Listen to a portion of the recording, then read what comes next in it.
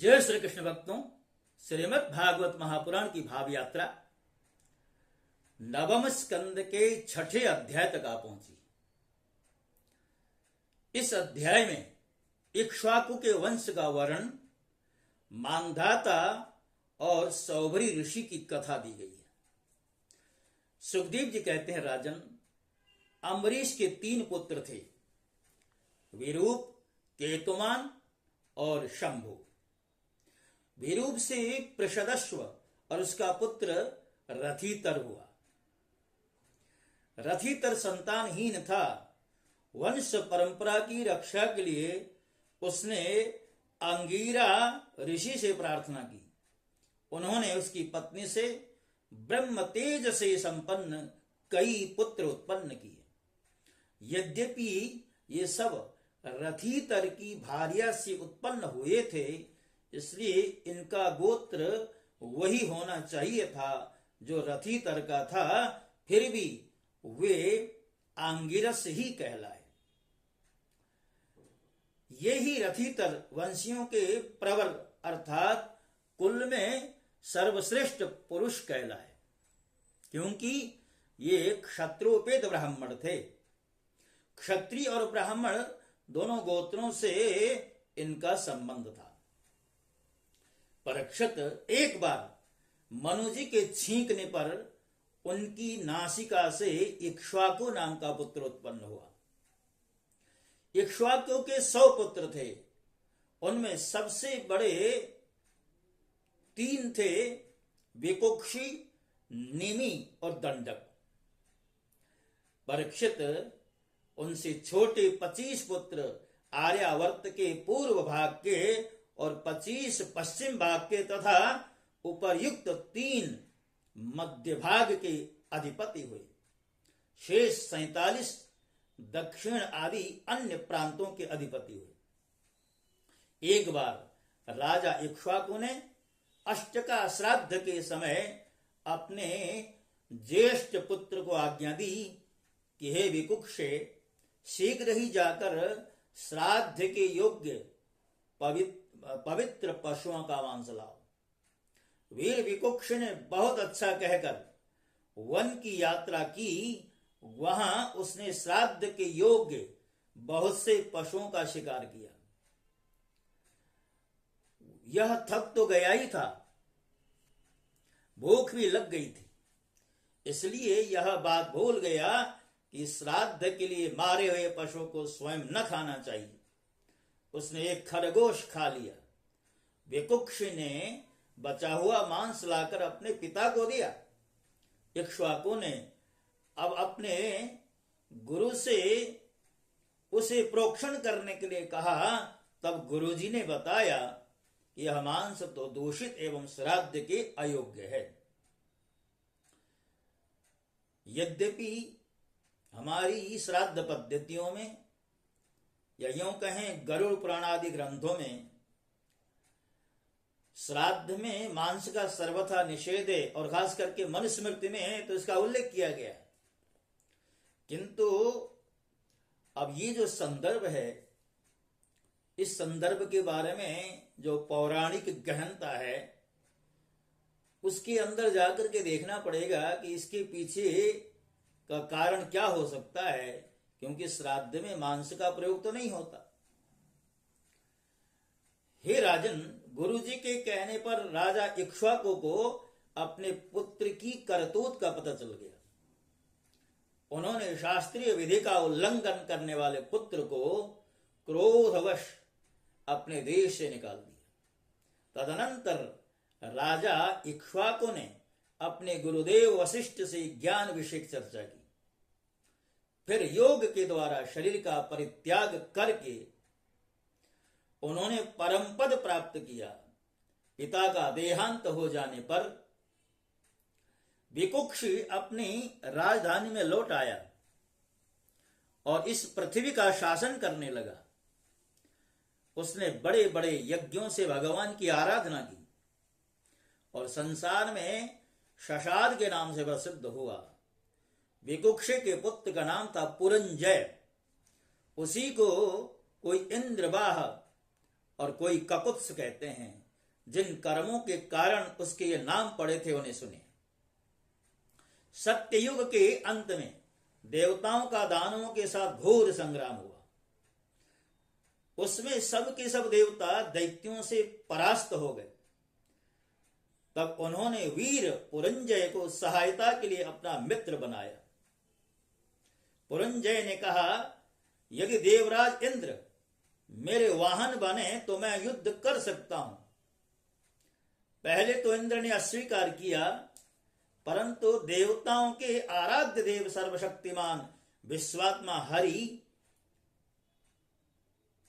की बात मानकर पीछे वे एक बड़े भारी बैल बन गए, वृषभ बन गए। सर्वांतर्यामी भगवान विष्णु ने अपनी शक्ति से पुरंजय को भर दिया। उन्होंने कवच पहनकर दिव्य धनुष और तीखे बाण ग्रहण किए। इसके बाद वृषभ पर आरूढ़ होकर वे उसके ककुद अर्थात डील के पास बैठ गए। जब इस प्रकार ये युद्ध के लिए तत्पर हुए तब देवता उनकी स्तुति करने लगे।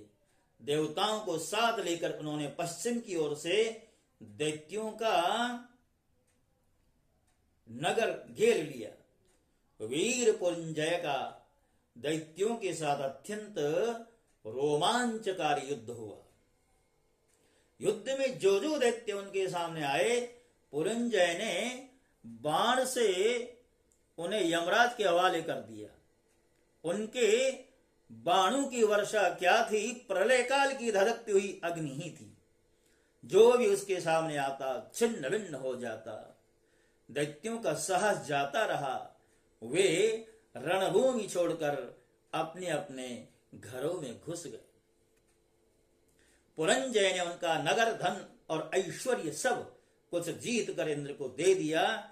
इसी से उस राजर्षि को पुर जीतने के कारण पुरंजय, इंद्र को वाहन बनाने के कारण इंद्रवाह और बैल के ककुद पर बैठने के कारण ककुत्स कहा जाता है।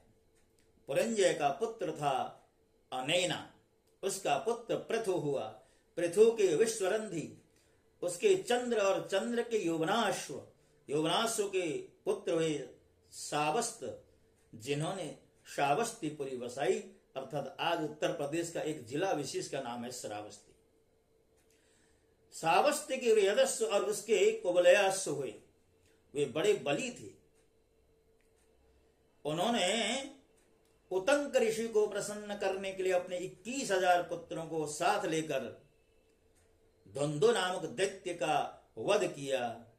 इसी से उनका नाम हुआ धुंधुमार। धुंधु दैत्य के मुख्य आग से उनके सब पुत्र जल गए, केवल 3 ही बचे रहे। परीक्षित बचे हुए पुत्रों के नाम थे दृढ़ाश्व, कपिलाश्व और भद्राश्व। दृढ़ाश्व से हर्यश्व और उससे निकुंभ का जन्म हुआ। निकुंभ के बर्हणाश्व, उसके कृशाश्व, कृशाश्व के सेनजित और सेनजित के यौवनाश्व नामक पुत्र हुआ। यौवनाश्व संतानहीन था, इसलिए वह बहुत दुखी होकर अपनी 100 स्त्रियों के साथ वन में चला गया। वहां ऋषियों ने बड़ी कृपा करके यौवनाश्व से पुत्र प्राप्ति के लिए बड़ी एकाग्रता के साथ इंद्र देवता का यज्ञ कराया। एक दिन राजा यौवनाश्व को रात्रि के समय बड़ी प्यास लगी। वह यज्ञशाला में गया, किंतु वहां देखा कि ऋषिलोक तो सो रहे हैं। तब जल मिलने का कोई उपाय न देख उसने वह मंत्र से अभिमंत्रित जल पी लिया।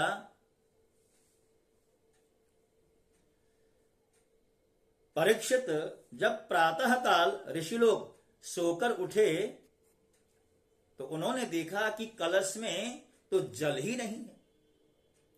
तब उन लोगों ने पूछा कि यह किसका काम है? पुत्र उत्पन्न करने वाला जल किसने पी लिया? अंत में जब उन्हें यह मालूम हुआ कि भगवान की प्रेरणा से राजा यौवनाश्व ने ही उस जल को पी लिया है, तो उन लोगों ने भगवान के चरणों में नमस्कार किया और कहा, धन्य है भगवान का बल ही वास्तव में बल है। इसके पश्चात प्रसव का समय आने पर यौवनाश्व की दाहिनी को फाड़कर उसके एक चक्रवर्ती पुत्र उत्पन्न हुआ। उसे रोते देख ऋषियों ने कहा, यह बालक दूध के लिए रो रहा है,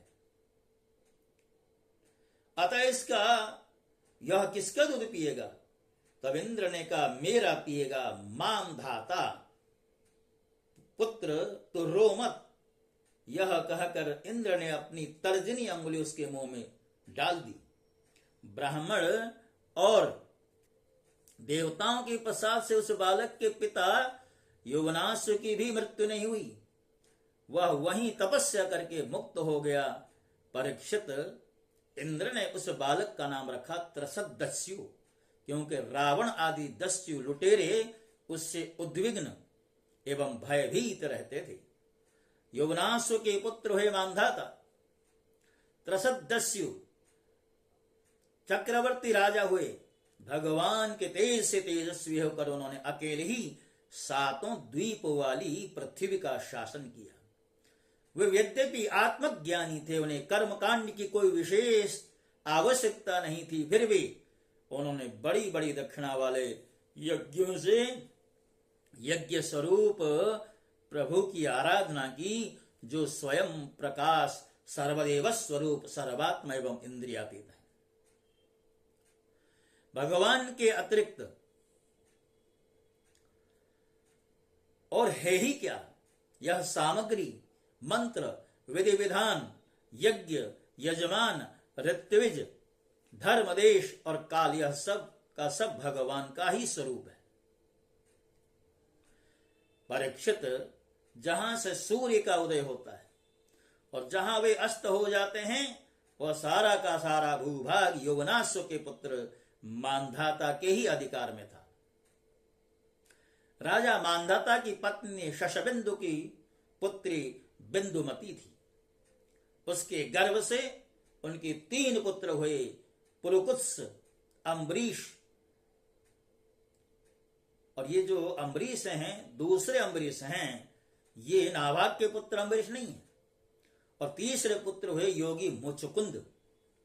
इनकी 50 बहनें थी। उन 50 ने अकेले सौभरी ऋषि को पति के रूप में वर्ण किया। परम तपस्वी सौभरी एक बार यमुना जल में डूबकी लगाकर तपस्या कर रहे थे। वहां उन्होंने देखा कि एक मत्स्यराज अपनी पत्नियों के साथ बहुत सुखी हो रहा है। उसके इस सुख को देखकर ब्राह्मण सौभरी के मन में भी विवाह करने की इच्छा हुई, काम सुख प्राप्त करने की इच्छा जगी। और उन्होंने राजा मांधाता के पास आकर उनकी 50 कन्याओं में से एक कन्या मांगी। राजा ने कहा, ब्राह्मण, कन्या स्वयंवर में आपको चुन ले तो आप उसे ले लीजिए।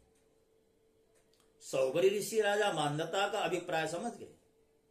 सौभरी सोचते हैं, मेरी वृद्धावस्था को देख करके राजा टाल मटोल करना चाहते हैं, तो इसलिए उन्होंने सोचा कि अब मुझे यौवन प्राप्त करना है, क्योंकि वृद्धावस्था के कारण ही राजा न तो पुत्री देने के लिए मना करते हैं, न हाँ करते हैं।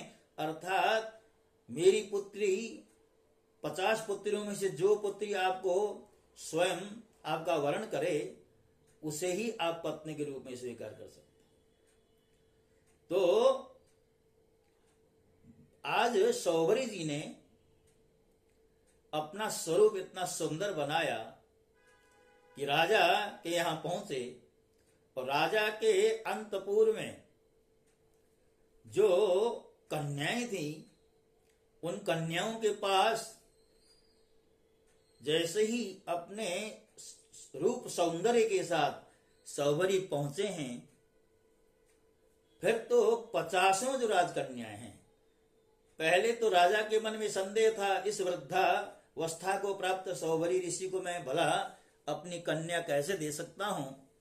तो अपना स्वरूप परिवर्तित करके जैसे ही सौवरी पहुंचे हैं तो 50 की 50 कन्याएं जो है कहते हैं कि मुझे चुन लो, मुझे मुझसे विवाह करो। तो सौवरी ऋषि ने 50 की 50 कन्याओं को स्वीकार किया, यानी 50 कन्याओं ने सौवरी का वर्ण किया। अब देखिए,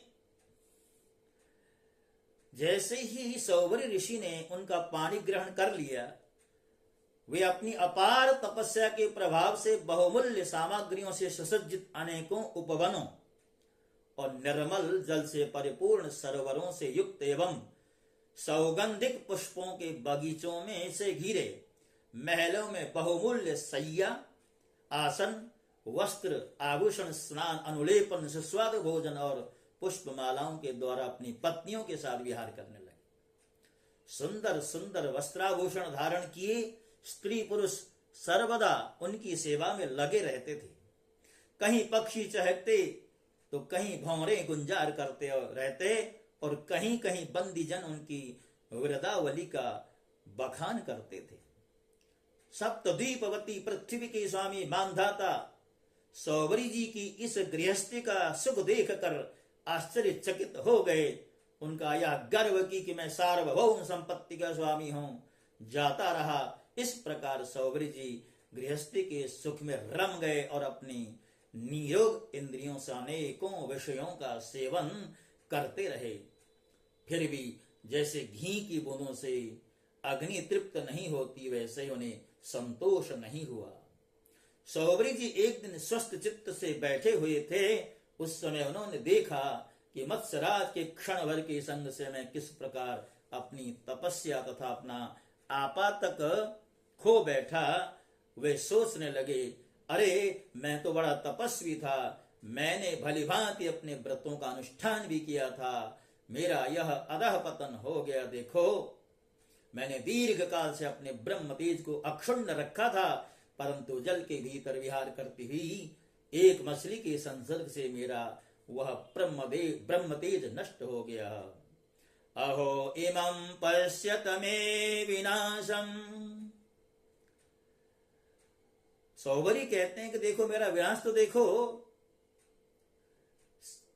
आज मैं सच्चरित्र वाला तपस्वी मत्स्य कैली को देख करके ऐसा मोहित हो गया कि मैंने इतना बड़ा गृहस्थ जो है जमा लिया, बसा लिया। अतः जिसे मोक्ष की इच्छा है उस पुरुष को चाहिए कि वह भोगी प्राणियों का संग सर्वथा छोड़ दे और एक क्षण के लिए भी अपनी इंद्रियों को बहिर्मुख न होने दे, अकेला ही रहे और एकांत में अपने चित्त को सर्वशक्तिमान भगवान में ही लगा। यदि संग करने की आवश्यकता ही हो तो भगवान के अनन्य प्रेमी निष्ठावान महात्माओं का ही संग करे। मैं पहले एकांत में अकेला ही तपस्या में संलग्न था, फिर जल में मछली का संग होने से विवाह करके 50 हो गया और फिर संतानों के रूप में 5000। विषयों में सत्य बुद्धि होने से माया के गुणों ने मेरी बुद्धि हर ली। अब तो लोक और परलोक के संबंध में मेरा मन इतनी लालसाओं से भर गया है कि मैं किसी तरह उनका पार नहीं पा सकता। इस प्रकार विचार करते हुए कुछ दिनों तक तो घर में ही रहे, फिर विरक्त होकर उन्होंने संन्यास ले लिया और वे वन में चले गए।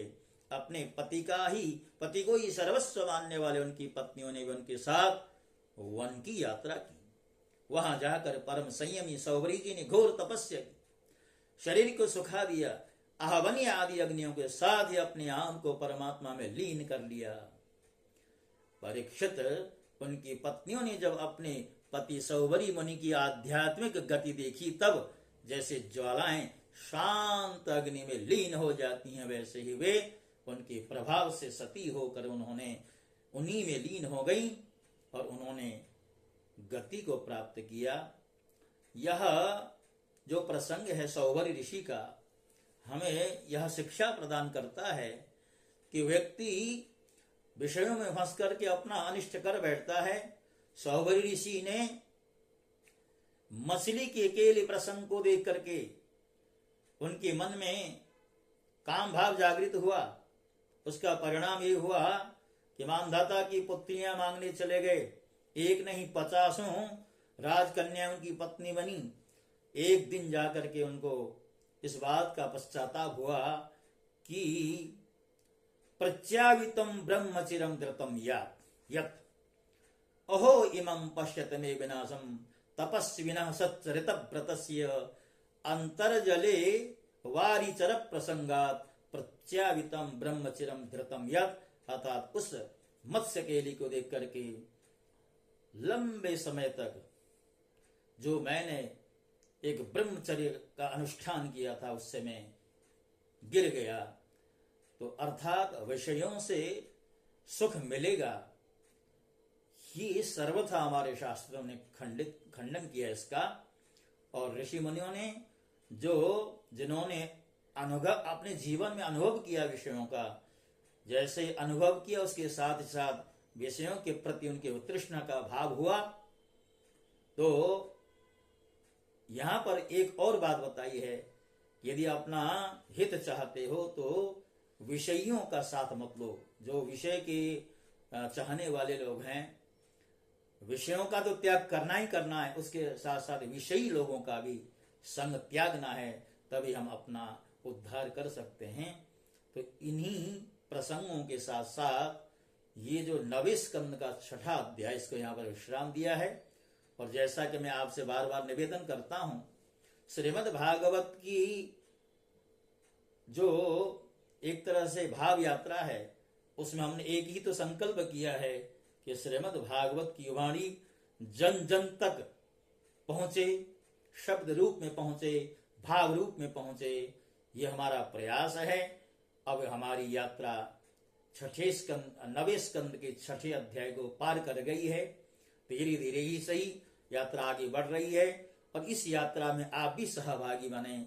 और आपका सहभागी बनना, मेरे साथ चलना नहीं, अभी तो मेरा चैनल कहीं भी आपको नजर आए तो उसको सब्सक्राइब कीजिए, अन्य लोगों को भी प्रेरित करके उनसे भी करवाएं, लाइक का बटन दबाएं, कमेंट बॉक्स में जाकर के कुछ सुझाव भी दें।